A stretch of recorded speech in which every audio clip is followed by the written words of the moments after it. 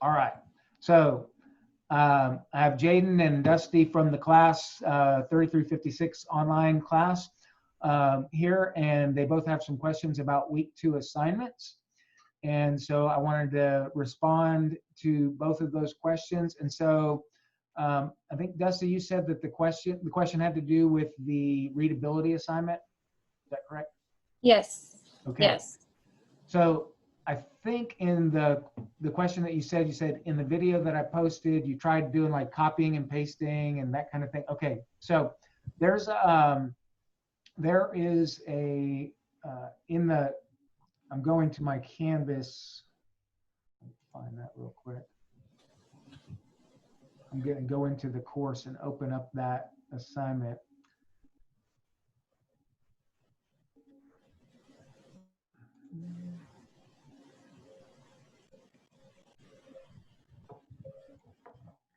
Just give me a second here.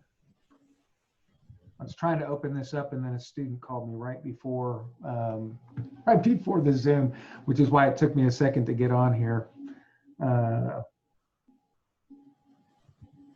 Push, approve. Okay.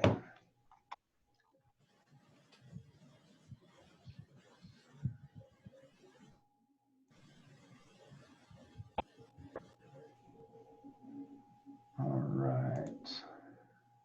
So I'm going into the modules part of this and week 2 assignments. And the first one I'm going to go to is the readability, textbook evaluation readability assignment.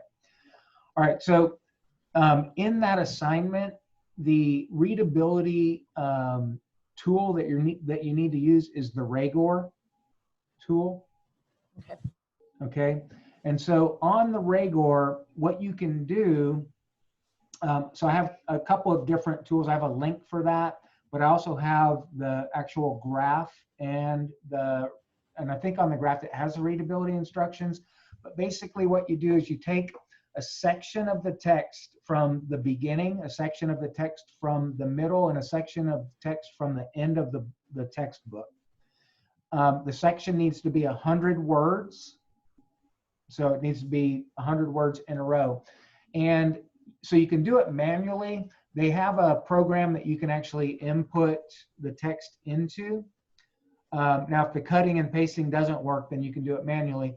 And the two things that you have to count on that are, I believe for the Ragor, it's the number of six letter words goes across the bottom. So you count the number of those words in a 100-word passage. And then on the other side, it's the number of words or number of sentences in 100 words. And then you graph that out. So on the chart, you'll have over here the number of sentences, and down here you have the number of 6-letter words, and then it comes up to a point. And then on the graph, there's these arcs, and within the arc, it has the grade level.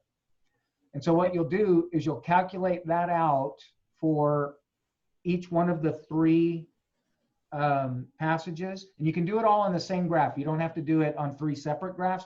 And actually, I prefer it all be on the same graph. But if somebody's already done this and they've done it on 3 separate graphs, that's fine.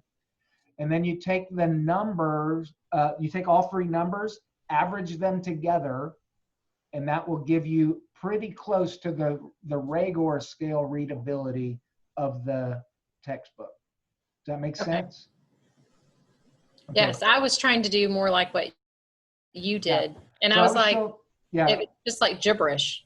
Right. Well, so that video that I put together to have you watch is just about readability in general and why it's a good idea to know about readability and why you should, as a teacher, you should have the ability to do that. And there's different readability scales. So there's the Fry readability scale, there's the Ragor readability scale, there's the Fleisch-Kincaid readabilities. There's a whole bunch of different ones out there. They're all calculated a little bit differently, obviously, because they're different.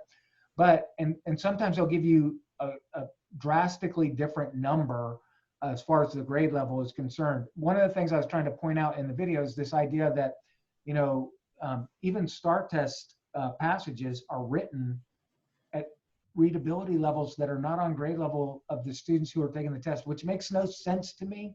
And it frustrated me when I was a teacher, it frustrated me when I was a principal, And it frustrates me now still. And so that's kind of why I got this thing about readability, that and the fact that you need to know how to do it as a teacher. But it's a good idea when you're doing textbook selection to make sure that you have one that has a readability fairly close to what grade level you're teaching. Now, I will say that in content area literacy, like the textbooks, like for social studies, science, etc., they're typically written a couple of grade levels above the grade level that you're teaching. So if you're teaching third grade, most of the science and social studies textbooks are written at a fifth grade or higher level, which is why we use content area reading strategies when we teach content areas.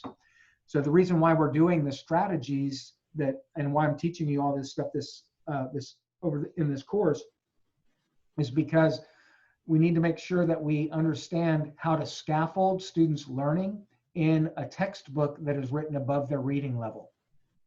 And it's also why textbooks have a little thing in the margin, you know, like the little terms where it has the definition in the margins and things like that. Why they use bold text as they're going through and highlight things and things like that while the student's reading. It helps scaffold their learning so they can see what the key ideas are and concepts. It's also why they're broken down. You know, they've got the main topic and then they got all these little subheadings and all of that.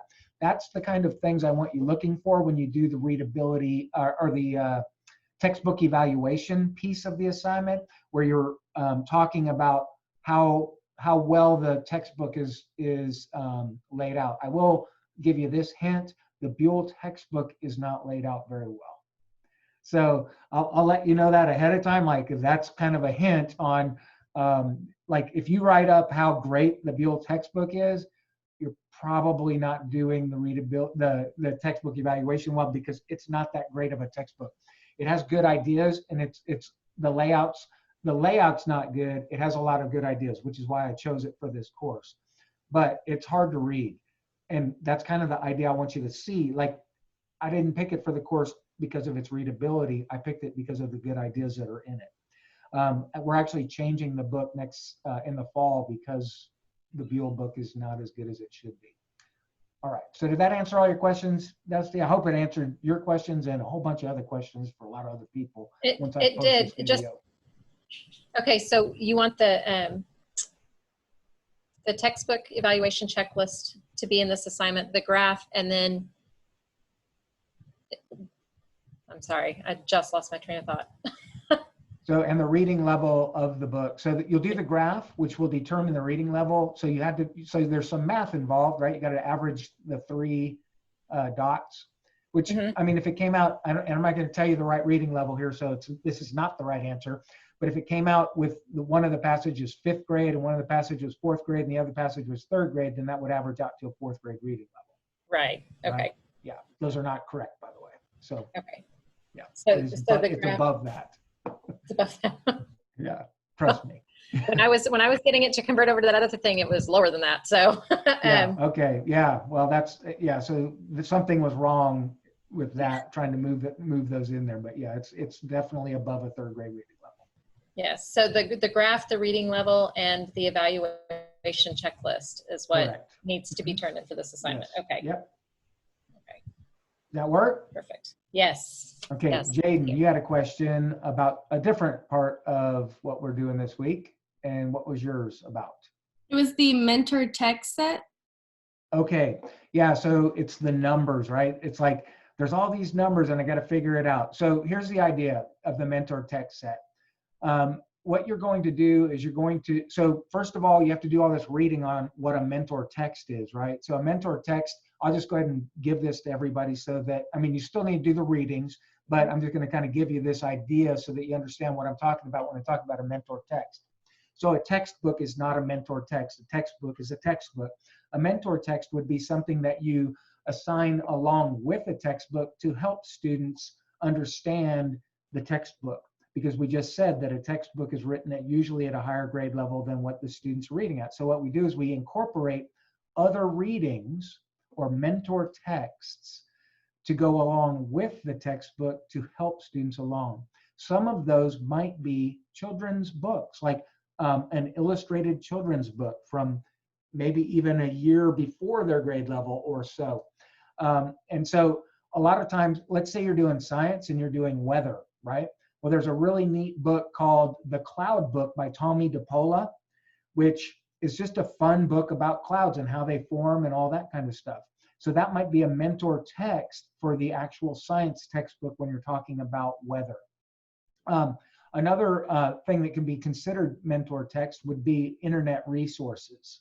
Other mentor text sets could be something like a poem or something about some type of prose that are written about whatever the topic happens to be. And I think about, like, we just had Memorial Day, and there's a poem called In Flanders Field that is often cited during Memorial Day to remind us about the posy, or the not posies, what's the one they make heroin out of? Poppies. The poppies. And yeah, I knew if I mentioned a drug, somebody'd know the answer. No, I'm just kidding. Anyway, so yeah, so like there's the poem about In Flanders Fields where it talks about the poppies and how they actually represent the blood spilled and Memorial Day and all that kind of stuff. So if you were teaching about Memorial Day, right, or maybe World War I or World War II or something like that, and you wanted to bring in this poem as a mentor text to help students relate to the text that they're reading, that's the idea of a mentor text. The other part of this is strategies that go along with using the mentor text. The book is full of them. The textbook is full of them. So these are called mentor text strategies or learning strategies. There's a lot of different. So we have before, during, and after reading strategies. We have strategies for ELLs. We have strategies for students with special needs. We have all these different types of strategies that we're going to learn about as we go through this course. It's how the course is actually set up. For the mentor text assignment, what you're going to do is you're going to pick one topic. So science, for example, or maybe social studies or art or something like that. And then you're going to pick 3 concepts within that main topic.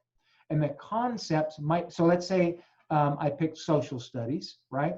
And the concept was something like, okay, we'll just say, because US history is actually, that could be a whole class. So that's too broad.